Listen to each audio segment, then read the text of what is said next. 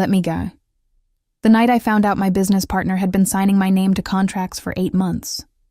I was sitting in a pediatric waiting room watching my son sleep across 3 plastic chairs with his coat bunched under his head. My phone was open to our company's bank portal because I had nothing else to do at 11 o'clock at night, except worry. And the number I was looking at was wrong by $430,000. I didn't make a sound.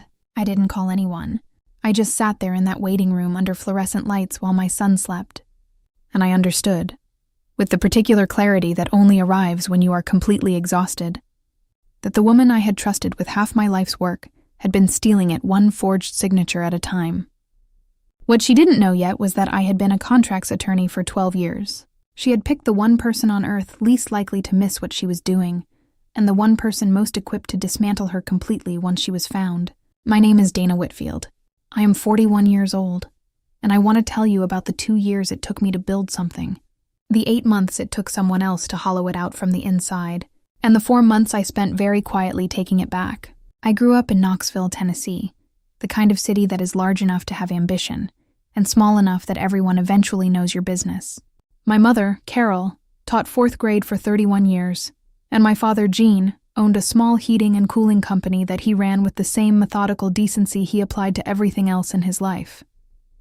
They were not wealthy people, but they were structured people.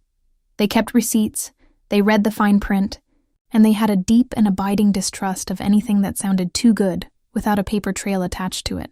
I absorbed all of this by proximity. By the time I was 12, I was filing my father's invoices. By the time I was 16, I understood the difference between a verbal agreement and a signed one, and why that difference could ruin you. I went to law school at Vanderbilt on a combination of scholarship and loans I didn't finish paying off until I was 34. I spent the first 8 years of my career at a mid-sized firm in Nashville doing commercial contracts work, the kind of legal practice that doesn't make headlines but keeps the entire economy functioning.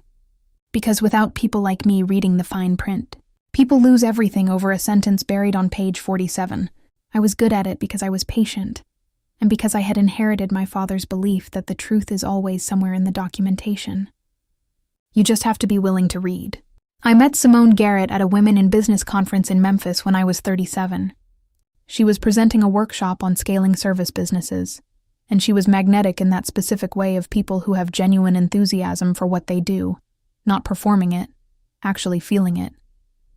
She had spent the previous decade running operations for a regional marketing firm, and she had ideas about a staffing and consulting company that were, frankly, more developed than anything I had sketched out on my own.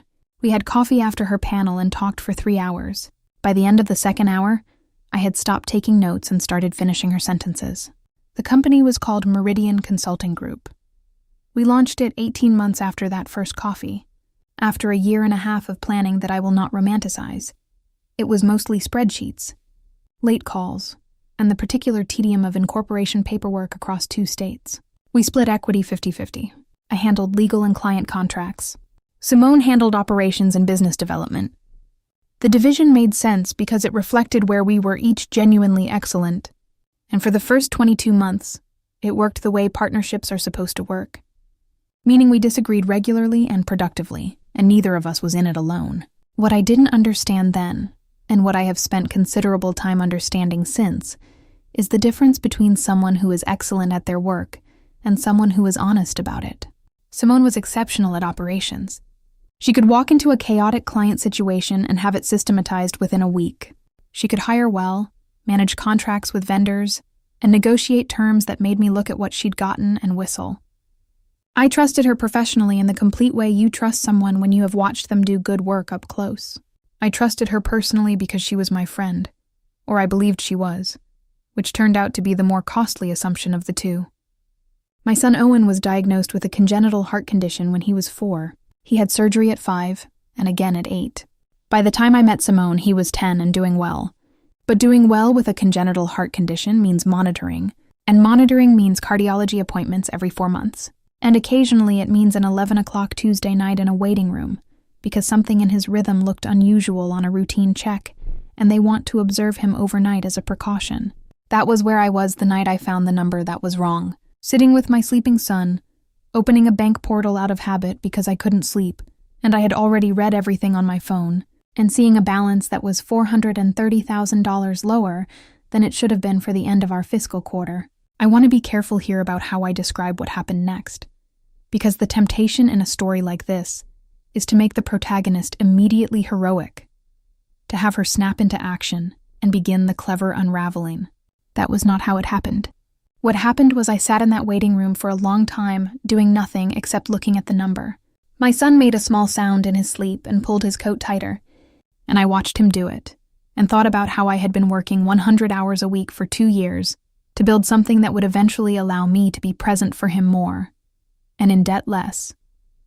And the number on my screen said that someone had been making other plans with my work and my money and my name, and I did not feel clever. I felt the particular hollow exhaustion of someone who has been used by a person they chose to trust. I didn't say anything to Simone the next day, or the day after. Owen was fine. The rhythm irregularity was benign, a stress response from a growth spurt, his cardiologist said, with the comfortable certainty of someone who had been looking at his charts for 6 years. I drove him home in the early morning, made him eat scrambled eggs, put him on the bus, and went to my home office, and did the only thing I knew how to do with a problem I didn't fully understand yet. I started reading. I have a system for this, developed over 12 years of contracts work, which is that I never begin with the assumption that I know what I'm looking at. I begin with the assumption that there is a complete picture somewhere in the documentation, and that my job is to find it rather than construct it. I pulled every bank record for the previous 8 months. I pulled our vendor contracts, our client agreements, our operational expenditure logs. I pulled the signature pages on everything that had moved significant money, and I read them in chronological order, the way you read a transcript of a trial, looking for the moment the story changed. It took me 4 days to see the whole shape of it, and when I saw it, I understood why it had worked for 8 months without triggering anything obvious. Simone hadn't stolen the money the way people imagine embezzlement. She hadn't moved lump sums or created fake vendors with obvious fictional names. She had built a layered structure of small misdirections. A vendor contract that looked legitimate but routed a portion of fees to a subsidiary entity that I would find, when I eventually pulled the incorporation documents, had been registered in Simone's maiden name 3 months before she proposed our partnership. Expense reimbursements for operational costs that were real but inflated by percentages too modest to flag an audit at a glance. And most significantly, 6 client contracts that bore my signature on the responsible party line, that contained fee structures different from the versions I had reviewed and approved. Someone had replaced the pages with revised versions after I signed the originals, and the differences were small enough per contract that they would only become remarkable when you added them across all 6 and across 8 months. $430,000, assembled piece by piece in a way that required planning, patience, and detailed knowledge of how I worked. She hadn't done this opportunistically. She had done this deliberately, from close range, inside a structure she had helped build. That was the part I sat with longest. Not the money, but the architecture of the intention. She had been planning this while we had dinner, while we drove to client meetings and talked about where the company was going, while I sat in waiting rooms trusting that my partner was handling things. I want to tell you what I did not do, because this is the part that I think matters most. I did not call Simone. I did not call anyone from our business. I did not send a single email that mentioned what I was finding. I had spent 12 years watching people in disputes make the mistake of tipping their hand before they had finished building their case, and I was not going to do that. When you confront someone before you have the full picture, you give them time to construct a counter-narrative, to move things, to find the gaps in your documentation before you've had a chance to close them. I had 430,000 reasons to be patient. I called my father first, not for legal advice. I was the attorney in the family, but because Gene Whitfield had a quality I needed in that particular moment, which was that he was incapable of panic. I told him what I had found. He was quiet for a moment, and then he said, "Do you have it documented?" I said I was working on it. He said, "Call me when you need to think out loud." That was it. No outrage, no catastrophizing. Just a man who had spent 40 years dealing with problems by reading the paperwork before he picked up a phone. I called my father twice more over the following 3 weeks, and both times he said the same thing. "Do you have it documented?" By the third call, I told him I had everything.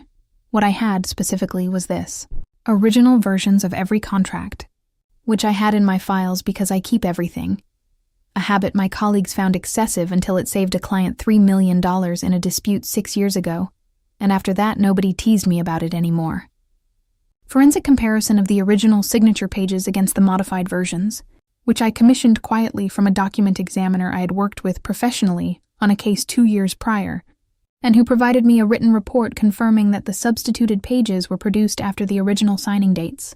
Corporate registry documents showing the subsidiary entity in Simone's maiden name. Bank records tracing the fee diversions. And a timeline, which I built myself, that placed every transaction against dates on our shared calendar, so that I could see, clearly and on paper, what Simone had been doing while I was in the hospital, waiting for Owen's routine checks, and the annual review meetings and every other moment. I had been somewhere other than looking at the books. There was a moment, somewhere in the middle of this, that I need to tell you about honestly. I was sitting at my kitchen table at close to midnight with documents spread across the surface in a pattern that only made sense to me, and I thought about the simplest version of resolving this, which was to call Simone and ask her directly what had happened. Part of me wanted to believe there was an explanation, not because I am naive. I had read the documents enough times to be finished with naive, but because the alternative was that I had chosen wrong about a person I had chosen carefully, and that kind of wrongness takes time to fully accept. I sat with that for about 20 minutes. Then I gathered the documents into their organized piles and thought about Owen asleep upstairs in his room, and the 2 years I had given to building this company, and the number that was $430,000 short of where it should have been. I went to bed, and in the morning I called an attorney, not to handle it for me, but because what I was dealing with had elements that crossed into criminal territory, and I wanted to be certain that every step I took from that point forward was exactly right.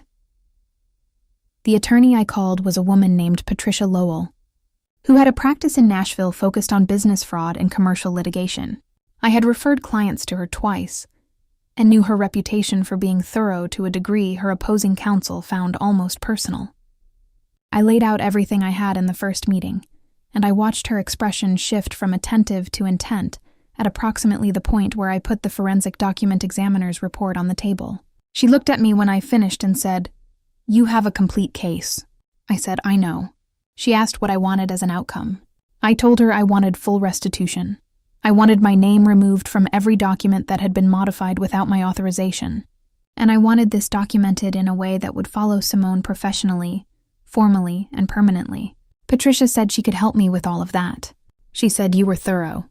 I said my father taught me to read the fine print. Simone did not know what was coming.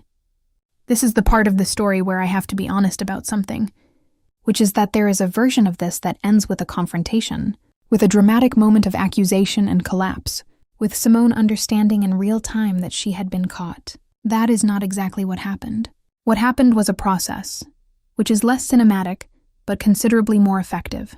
Patricia sent a formal demand letter on a Tuesday morning. I was at my office when it went out. I had timed it specifically so that I would be working, because I have learned that the best way to deal with high-stakes moments is to be occupied with something useful so you do not sit by your phone. Imagining the other person's expression, the demand letter outlined every element of what we had found, attached summaries of the documentation, and named the specific legal exposure Simone was facing. It was not theatrical. It was precise. Patricia is very good at precise. The response came through Simone's attorney within a week, which told me she had already been consulting one, which meant she had been aware enough of the risk to have a legal relationship ready. Her attorney's letter was also precise, in the way that letters are precise when the person who wrote them knows the facts are not in their favor and they are trying to find the one angle that might still work. There was no angle. The document examination was unambiguous. The corporate filings were a matter of public record. The bank records were the bank records. Patricia responded to Simone's attorney's letter with a one-page summary that said, in the professional language of commercial litigation, that we had everything we needed and were prepared to move forward with civil action and a referral to the district attorney's office, and that the window for resolving this without those steps was both defined and short. I had signed off on that letter.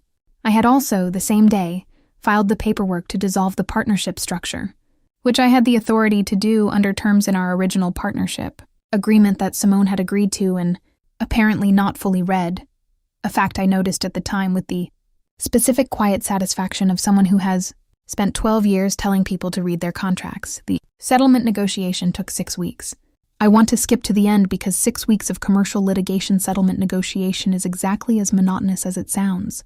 And that is somewhat intentional on my end, because monotony is how you outlast someone who thought they could get away with something dramatic.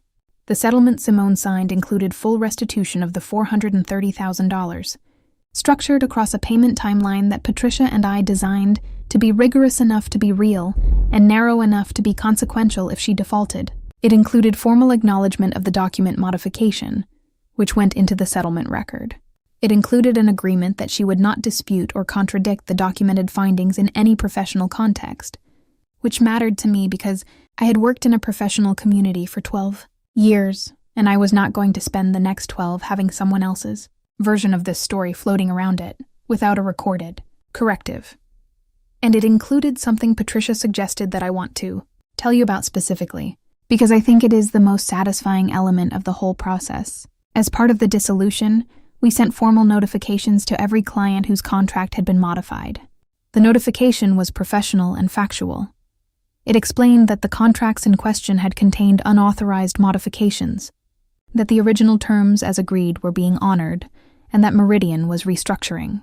Every one of those clients received a copy of the original contract they had actually signed alongside a copy of the version that had been substituted. 7 of them sent responses.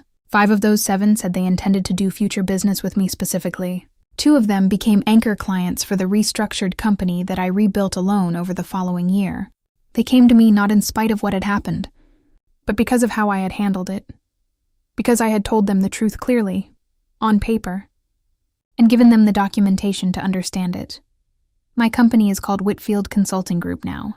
It has 8 full-time employees and a profit margin that would have made the 2-year-ago version of me sit down. I run it alone at the partnership level, which means I work harder in some ways and sleep better in all of them. Owen is 13 now. He has his father's jawline and my mother's stubbornness, and a cardiologist who has been calling his charts boring for the last 2 years, which is exactly the word you want a cardiologist to use. He comes to my office after school on Wednesdays and does his homework at the small table in the corner while I finish the afternoon's work. And sometimes I look over at him and think about that waiting room and the bank portal and the number that was wrong, and I feel grateful, specifically and genuinely, for every hour I spent reading documents at my kitchen table instead of doing anything else. People ask me if I was angry. I was. I want to be clear about that, because I think there is a tendency in stories like this one to present the wronged person as somehow above their anger, too professional or too composed to feel it. I felt it completely. I felt it in the waiting room when I understood what I was looking at, and I felt it during those 4 days of document review, and I felt it particularly when I found the corporate filings in Simone's maiden name, because that was the moment I understood the premeditation, that this had not been an opportunistic mistake but a constructed plan, executed inside our friendship, inside the thing we had built together. I was angry. I used the anger as fuel for the documentation, and then I set it down, because anger that outlasts its usefulness becomes a weight you carry for yourself, and I already had plenty to carry. What I am not is surprised in retrospect by how it ended. I built the case the same way I built the company. Methodically, completely, one document at a time. I did not rush it. I did not tip my hand. I did not let the desire for an immediate confrontation override the discipline of doing it right. My father had a saying he applied to everything from burst pipes to contract disputes, which was that the most important tool you own is patience, and that patience is not the same thing as waiting. Patience is what you do with your hands while you wait. I spent those 4 months building something that could not be argued out of, and then I handed it to a process that knew what to do with it. The last thing I want to tell you is about a phone call I got 8 months after the settlement closed. It was from a woman in her mid-30s who had been referred to me by one of the partner clients I'd retained through the restructuring. She had a small consulting business, and she was thinking about taking on a co-founder, and she had a question she didn't quite know how to ask.